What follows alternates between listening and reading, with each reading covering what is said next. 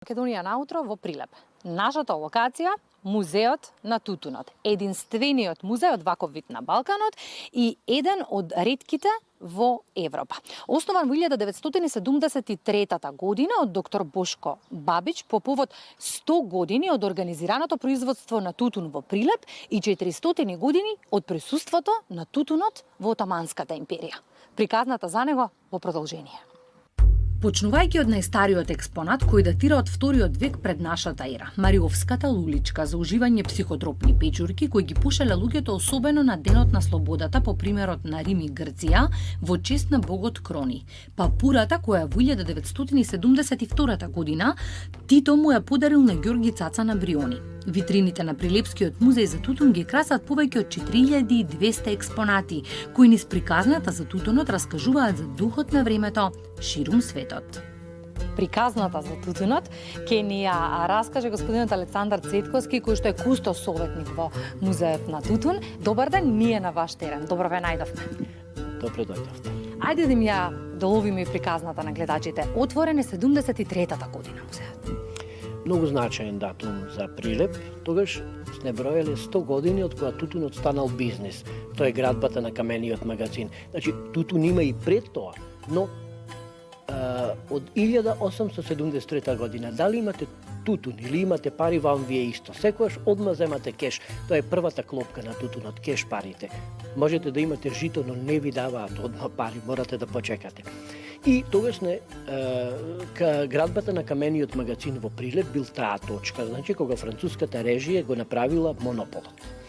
Втората точка е 1573 година, кога тутунот за прв пат ја засаден. Значи, добил тогаш султанот, добил семе од Венеција и тој го засадил низ цела Отоманска империја да види каде тутунот ќе вире, а која почва ќе го убие. Овде не го убила тој тутун, но го направила помалечок. Тој се смалил на 2 см, но сепак преживеал.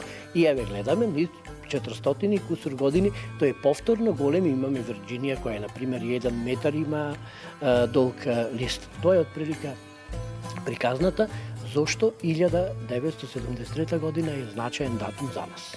За жал, малкумина од нашите гледачи знаат какви експонати има Музеот на тутун. Многу вредни, какви што нема никаде во светот. Па јас сметам дека е ова втор музеј по големина во светот, после Данхиловиот империјален тобако музеум, но тие били империја, се разбира.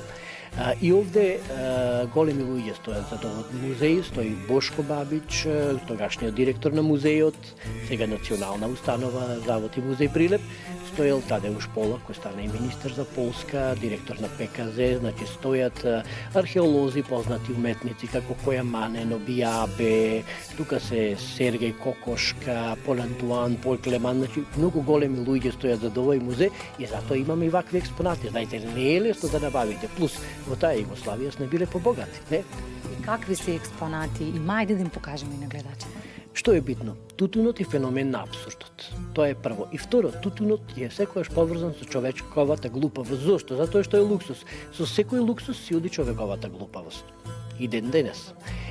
Во 19 век ова се мерцедесите на 19 век. Зошто? Луѓето сакаат да се покажат, а како ќе се покажете? Се разбира со еден прескап експонат кој е изработен во Санкт Петерсбург, во Тула во Русија, во Луфтенханса во Германија или во Крунисаната ружа во Франција. Тие биле тие центри како нешто се Картие или не знам кои други. И тоаш луѓето порачувале такви експонати да бидат што попосебни, што поскапи, тоа им било важно. Еве, на пример, тука имаме една австријска и од другата страна имаме баварска лула, тоа се ловечки лули, што правеле богатите во минатото.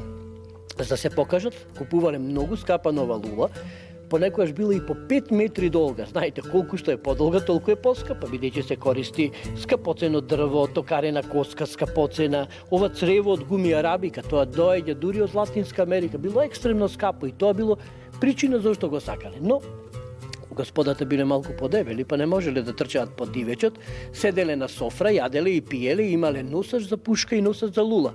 А во шумата бил скријан нишанџијата, кој морал да пука во исто време кога и газдата, за газдата да не се обрука. имале и стотици гоничи кои лупале во тенџериње и им го носеле дивечот таман пред пушка, овие да не се измачат, за ова и Балзак пишува.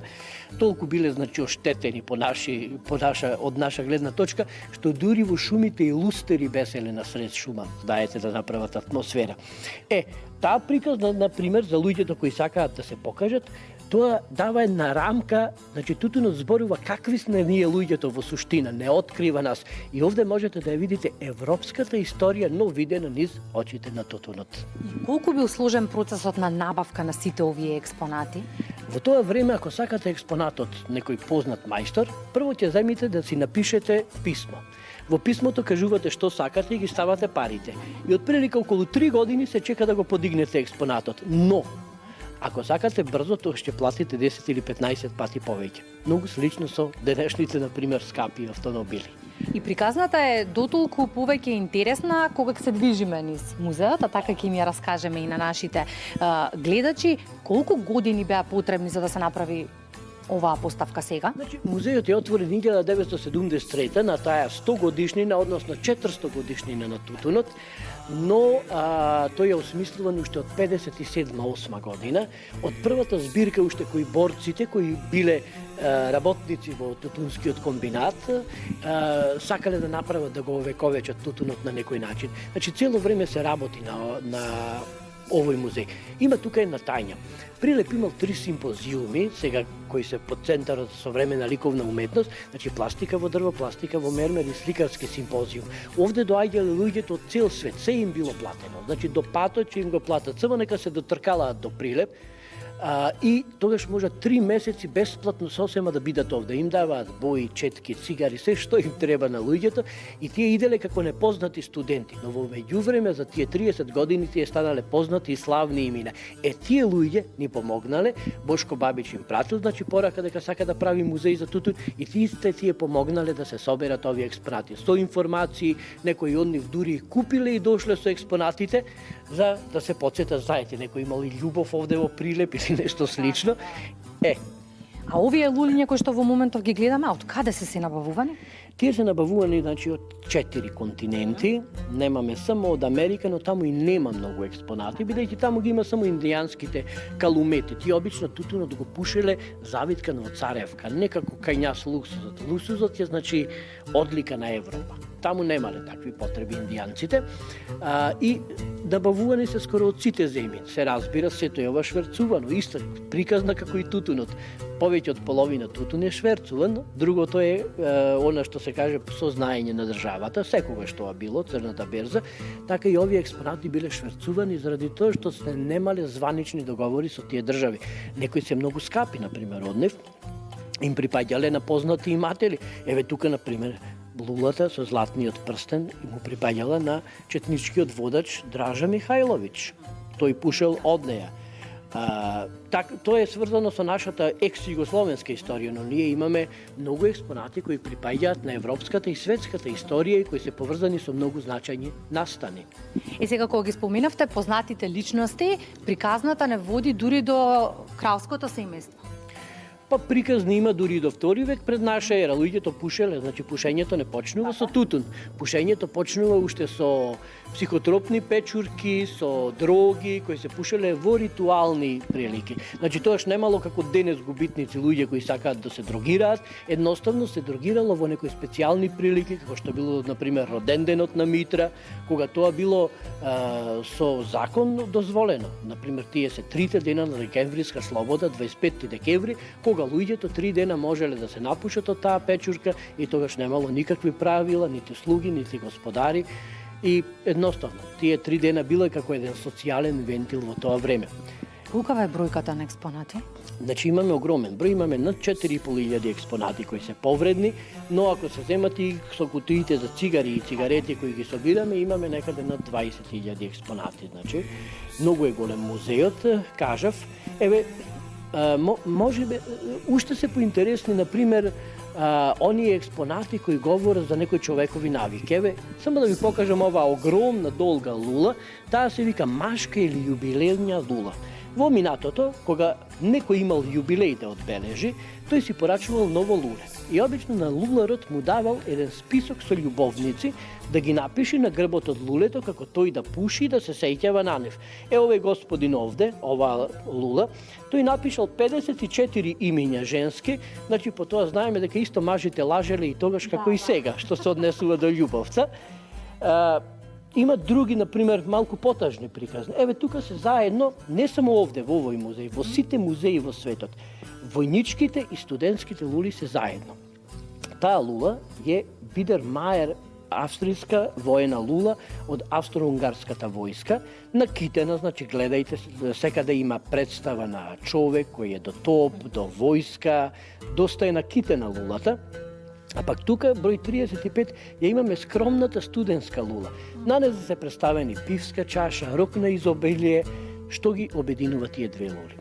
Во 1848 година во Виена студентите на плоштад се бунат против студентските реформи и само затоа што запалиле луле на јавно место, а било забрането, војниците пукале на нив и убиле голем број студенти. И отоа што символизира колку е монструозно да ги убиваш својот народ заради нечија власт. И оно што веројатно ги интересира гледачите, колку е неопходно одржувањето на експонатите и колку е скапо од друга страна?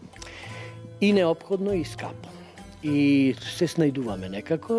Завод и музеј има доста стручњаци, имаме наш конзерватор, значи доста добро тоа го работиме и гледаме на самата заштита. Значи тука не сме да има промена на режимот, влага, ја исфрламе влагата која ќе дојдат, например, повеќе туристи и повремено ние ги конзервираме, реконзервираме, ги премачкуваме со она што можеме да го купиме нормално. Во светот се стандардите повисоки, но ние сепак се снаоѓаме, физичката состојба на овие експонати е задоволителна, добра.